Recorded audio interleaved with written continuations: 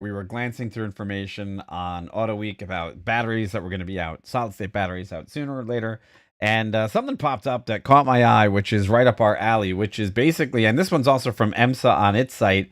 And it's also the one from that we have here from Auto Week itself, which says basically Team Penske Porsche are joining forces for IMSA, WEC, and Le Mans beginning 2023.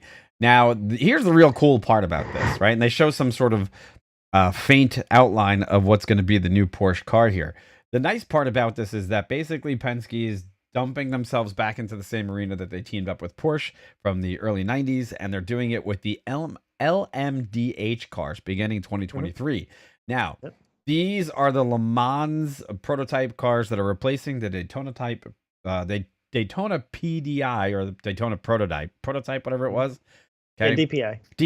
DPI. Mhm. And these are going to be run in the WeatherTech series, the IMSA WeatherTech Supercar Championship as well, and the FIA World Endurance Championship, which means now for people who do or don't follow actually this type of racing or world endurance racing, okay, this is actually massive. And what it basically means is that you have teams that have used to be competitive at both Daytona and Le Mans. And if you could have a championship car that would actually take the Triple Crown, which was the 12 hours of Sebring, the 24 hours of Daytona, and the 24 hours of Le Mans, that was basically your either Toyota, your Mazda 747Bs, I think was that car that did it. A couple of 928Cs in the Porsche category, right? 962s, I think, did it maybe back in the day. Right? We'd have to go back and look at, and we could be completely wrong about the cars that did or didn't do it. But I know the Nissan GTP was one of the cars that was, famous for doing stuff like that. Okay. So here's the deal. It's been a long time since you've seen a unified chassis slash engine slash manufacturer run both of these events. And this is almost on par with Ford versus Ferrari, right? Because if there's a guy that I want in my corner, and specifically a guy that I want in my corner to win, right? The guy that I want in that corner is going to be Roger Penske. He's 84 years old, but this man has done by far more winning in motorsports than most other owners, arguably than anybody else. Now, this other article that's on the actual IMSA website also says that he also took Porsche in the LMP2 class from 2006 to 2008 in the Porsche R Spider, often beating faster Le Mans prototype cars and the LMP1s. So, I mean, if you're excited about prototype racing, Corey, what do you think this puts in for the whole shebang for what 2023 is going to be like for those of us that like endurance racing and stuff like the Rolex? Yeah, man. So having been into watching this, particularly IMSA and some of the FIA stuff and a lot of these endurance races, in my childhood and growing up, it's really cool seeing all the dynamics change over the years. And kind of as you mentioned, some of the people that you really want to keep track of are the big names that have teams that win or do quite well, regardless of what series they're in. Whether they're in just straight endurance or they're doing other stuff. And Penske's been around a while, and he, like you mentioned, he's somebody that's not.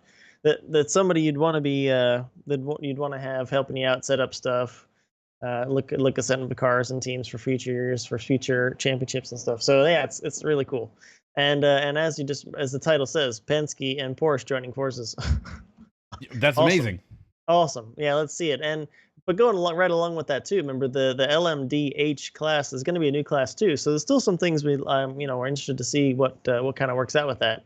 But as it stands, and I think you as well, we're always a fan of the 24 hours at Daytona, obviously 24 hours at Le Mans, seeing the 12-hour at Sebring is always great. And again, having Porsche and Penske in there on the same team, but then also to understand that in that new class, we're going to have other like Acura, Toyota, Peugeot, and Audi in there as well. Sure. So those are big names as well. So I think it'll be exciting. That's what everybody wants out of racing as well, is to have it be exciting.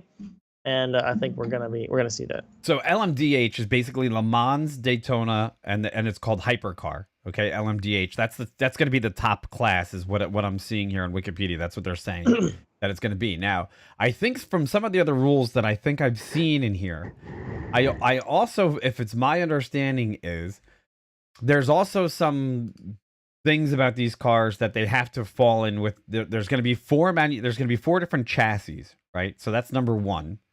So the 4 chassis, I believe, let me see if I can pull this out of the article really quick.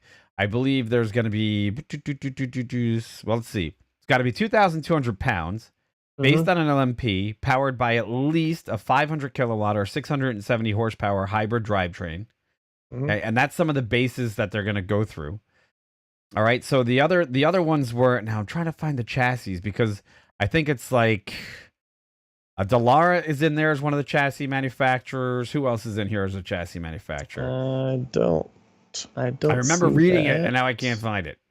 So there's going to be, so basically what you're going to have is you're going to have 4 different chassis, a baseline engine chassis kind of combination that you're going to put together, but what you skin the car at is going to be what you skin the car as, right? Yeah, and it's interesting. It says hybrid drivetrain, so they're Right. still letting the as it says hybrid, so they're letting the electric and petrol or internal combustion come in there, and along with, I guess, energy capture, or no? Is that not a thing? I don't see FIA.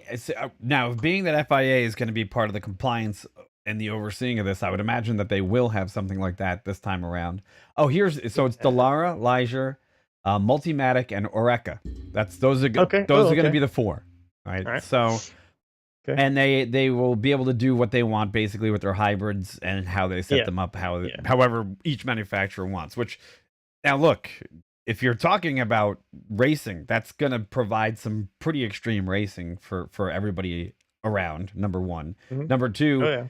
I wonder where these guys are. I wonder where Cadillac's going to step in. When you were saying you had your Caddy shirt on, I instantly was like, we're talking about a racing article today. I don't recall seeing Caddy in that class announcement. We have some time before this obviously starts, so I'm wondering a bit if we're going to see more people join this category. Well, I'm just going to do a Cadillac LMDH. And so they said that the regulations have caught their attention. So apparently in their growth program, and this is from US Motorsport, they're saying here, and I can just pop this up really quick because I knew it was something that was probably worthwhile digging into. They have caught their attention, and they're saying that the company is currently evaluating the continuation of the Cadillac program into IMSA's LMDH era. So now, but here's the other challenges that I'd say that right off the bat, I think we could talk about the fact that Porsche does have a hybrid drivetrain vehicle out there that's in the performance category, right? That's not going to be hard for them to do. Audi, if Porsche has it, Audi has it, right? Yeah. I imagine others like Mazda are not going to have too much of a problem making this happen. But I would say that the one company right now that I think that comes to mind that doesn't have anything in the hybrid category is Cadillac. Yeah, we know Toyota got one too, so. Yeah. So that's real interesting. Maybe they'll stay in a lower category. It would be funny. Look, and we've always said it the same thing, that Cadillacs always sound great. The GM, when they recommitted themselves to making Cadillac a forerunner at Daytona, they really did not hold anything back. So yeah, I don't know. Interesting though. To me, I can't wait to see a paddock filled with Acura, Audi, Porsche. Look, and even if Audi and Porsche are racing against each other, they're probably what's underneath the cars is going to be almost identical because that's how they usually do things, because they are from the same manufacturer, so to speak, right? So let's see what happens. And sorry, go ahead. Yeah. No, it's just I'm looking at other stuff, and I know I wanted to look it up before I said anything, but I know they're restructuring other classes too. GT is getting a restructure too, so I mean, we know that Caddy is going to be in GT unless something crazy happens, right? But whether they get into LMDH, we'll see. Yeah, we'll see. So, hey guys, everybody that's out there watching, let us know what you think in the comments below. And if there's something else that you know, some insider information, and you want to join the discussion, please, by all means, like, subscribe, follow, and leave us a comment below and let us know what you think. And with that said, let's move on to the next topic. Sure. Hey. Cool. Yeah, I can take it off.